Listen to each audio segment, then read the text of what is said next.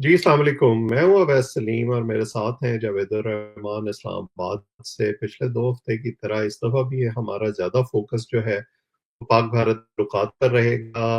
کشیدگی کا خطرہ ابھی باقی ہے، سیز فائر وائلیشنز ہو رہی ہیں، اور یہ خطرہ خاص طور پہ ظاہر کیا جا رہا ہے کہ بھارت شاید ایک حملہ اور کر دے۔ سفارتی محاذ پر بھی دونوں ملک جو ہیں وہ اپنی اپنی کوشش کر رہے ہیں، اور ایسے لگتا ہے کہ بھارت کو انٹرنیشنل میڈیا میں کچھ ہزیمت اٹھانی پڑ رہی ہے۔ اس کی وجہ کیا ہے؟ پھر پاکستان کے اندر کیا معاملات ہیں؟ جنگ کے غبار میں سے ایک دفعہ پھر عمران خان صاحب کی رہائی کی خبریں جو ہیں وہ گردش کرنا شروع ہو گئی ہیں۔ اس میں کتنی حقیقت ہے اس پر بات کریں گے، اور پھر جو ایک ہمارا ڈومیسٹک مسئلہ ہے، یعنی مہنگائی اور بجٹ نیا آنے والا ہے، اس میں لوگوں کو کوئی ریلیف ملے گا یا مزید سرپرائزز ملیں گے جو ان کی زندگی مشکل بنائیں گے، ان تمام چیزوں پر بات کریں گے۔ تو جاوید صاحب، میرا خیال ہے جنگ سے ہی شروع کرتے ہیں۔ یہ جناب، خطرہ تو باقاعدہ جو انٹرنیشنل میڈیا ہے اور انٹرنیشنل ایکسپرٹس ہیں وہ ظاہر کر رہے ہیں کہ بھارت جس طرح کی زبان استعمال کر رہا ہے، ممکن ہے کہ وہ کسی وقت کوئی اور بہانہ کر کے ایک اور حملہ کریں۔ آپ کیا سمجھتے ہیں؟ بہت شکریہ اویس سلیم صاحب۔ جی، جنگ کے بارے میں دیکھیں، اگر ہم پرانی تاریخ دیکھیں تو سب سے بڑی جنگوں میں ورلڈ وار 1 اور ورلڈ وار 2 آتی ہے۔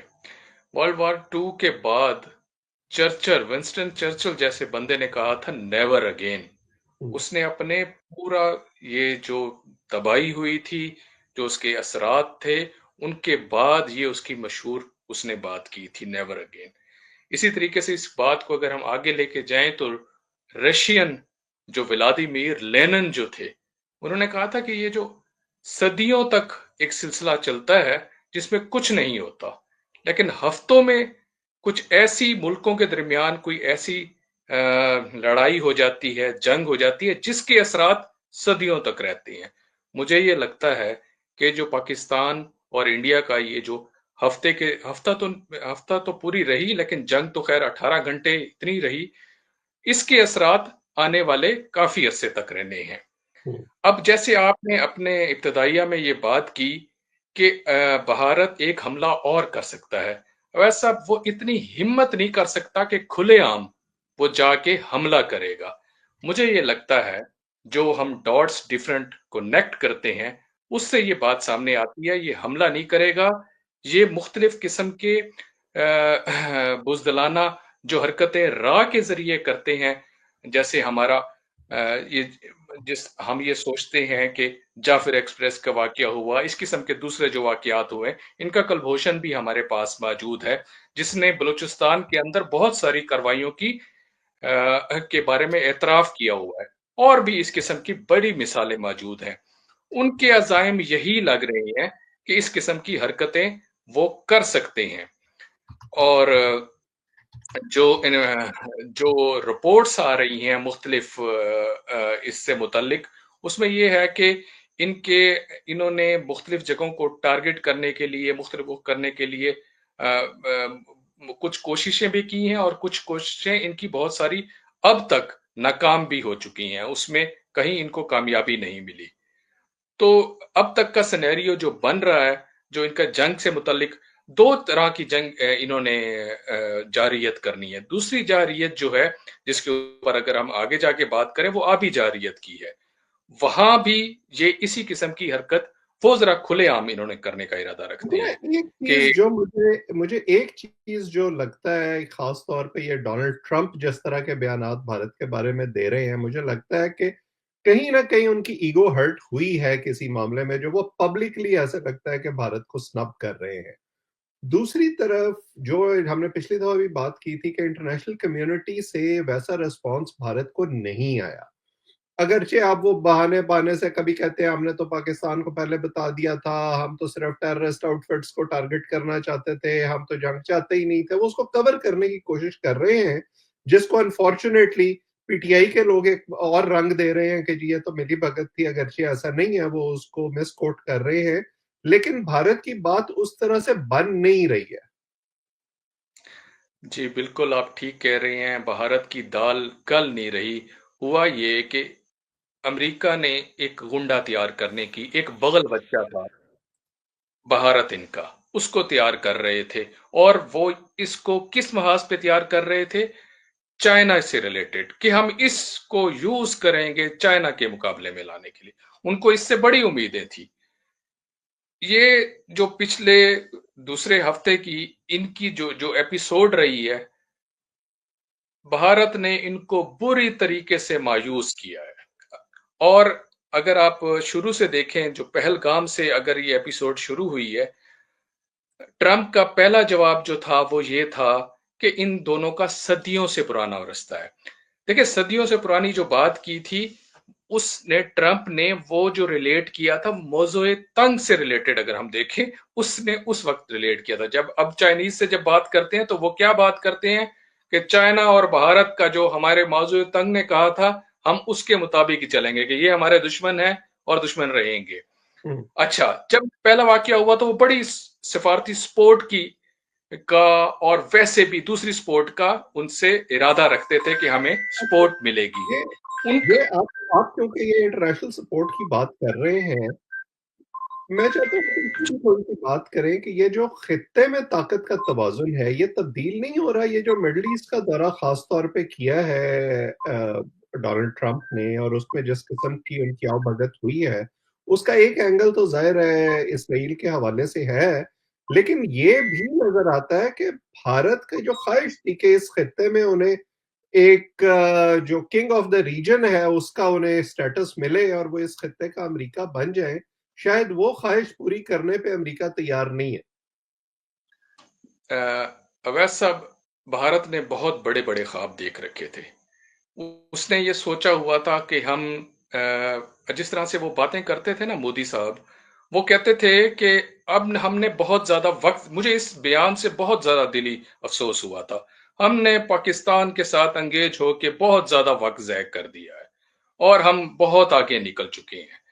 ان کا یہ جو آگے نکلنا تھا، یہ پچھلے کچھ دنوں کے اندر جس برے طریقے سے ایکسپوز ہوئے ہیں، امریکہ ان سے پیچھے ہٹ گیا، ان کے الائز اس کے ساتھ بالکل سامنے نہیں تھے۔ یو این کی طرف سے، دوسرے جو ممالک ہیں ان کی طرف سے جو بات کی جا رہی تھی کہ وہ لوگ تو پاکستان کی بات کرتے تھے، وہ تو کہتے ہیں کہ تفتیش کرنے کے لیے ہم تیار ہیں کہ آپ سامنے آئیں، ہم انویسٹیگیشن میں آپ کا ساتھ دیں گے۔ وہاں انہوں نے ساتھ دینے کی کیا بات کی؟ انہوں نے حملہ کر دیا، اور حملہ کیا اور بری طرح سے پٹے، رافیل گرائے اور 7 جہاز اور گرا کے سبکی کرا کے واپس چلے گئے۔ اب اگر دیکھیں ٹرمپ جو ہے اس ٹائم، آپ مجھ سے بہت زیادہ بہتر جانتے ہیں، وہ جو پالیسی چل رہا ہے، اس نے بھارت کو جانچ لیا ہے کہ اس کے اندر کتنا دم خم ہے۔ اب نئے آنے والے دور میں جس طریقے سے چائنا کا خوف امریکہ کے اوپر بھی بیٹھ چکا ہے، اویس صاحب، یہ جو 14 اور 15 جون کو جو چیزیں ایکسپوز ہونی ہے مزید بھارت کے لیے، جو میں دیکھ رہا ہوں، وہ ہے ایک برتھ ڈے سمٹ، جس کے بارے میں سب لوگوں کی نظریں ہیں۔ وہ کیا ہے جی؟ کہ شی جن پنگ کی سالگرہ ہے 14 کو اور ٹرمپ کی ہے 15 کو۔ ہو یہ سکتا ہے کہ جس کے بارے میں یہ باتیں مختلف میڈیا کے اوپر آ رہی ہیں کہ یہ اکٹھے اس کو سیلیبریٹ کرنے کا کچھ ایسا سامان پیدا کریں۔ امریکہ تو یہ بات کر چکا ہے، چائنا کی طرف سے ابھی اس کے اوپر کوئی جواب نہیں آیا۔ ان دنوں کے اندر یہ جو ڈیٹرنس چائنا اور ترکی کے اشتراک سے بھارت کو ملی ہے، وہ بھی مجھے لگتا ہے کہ شاید انہیں کچھ عرصہ باز رکھے، لیکن اب وہ کیا دوبارہ کوئی ایڈونچر کرتے ہیں یا نہیں دیکھتے ہیں۔ ابھی تو دونوں ملکوں نے ایک ڈپلومیٹک آفینسو لانچ کیا۔ اب ذرا آ جائیں عمران خان صاحب پہ۔ پہلے ان کے حامیوں کا خیال تھا کہ جی کیونکہ جنگ ہو رہی ہے تو ان کو فوراً رہا کر دینا چاہیے، وہ نہیں ہوا۔ اب یہ خبریں آنی شروع ہو گئی ہیں، کچھ یوٹیوبرز بھی پھیلا رہے ہیں، نجم سیٹھی صاحب نے بھی کہیں سے اٹھا لیا ہے، زلمے خلیل زاد نے بھی کل کہا کہ میں خبریں سن رہا ہوں کہ عمران خان صاحب رہا ہونے والے ہیں۔ آج پھر انہوں نے ٹویٹ کیا کہ نہیں، اب میں دوبارہ سن رہا ہوں کہ شاید رہا نہیں ہونے والے، اور عاصم منیر صاحب زیادہ طاقتور ہو گئے ہیں۔ یہ خبریں کون پھیلا رہا ہے؟ میری معلومات کے مطابق تو ایسی کوئی بات نہیں ہے دور دور تک جس سے یہ کہا جا سکے کہ عمران خان صاحب کی رہائی کی سوچ بھی ہے کہیں۔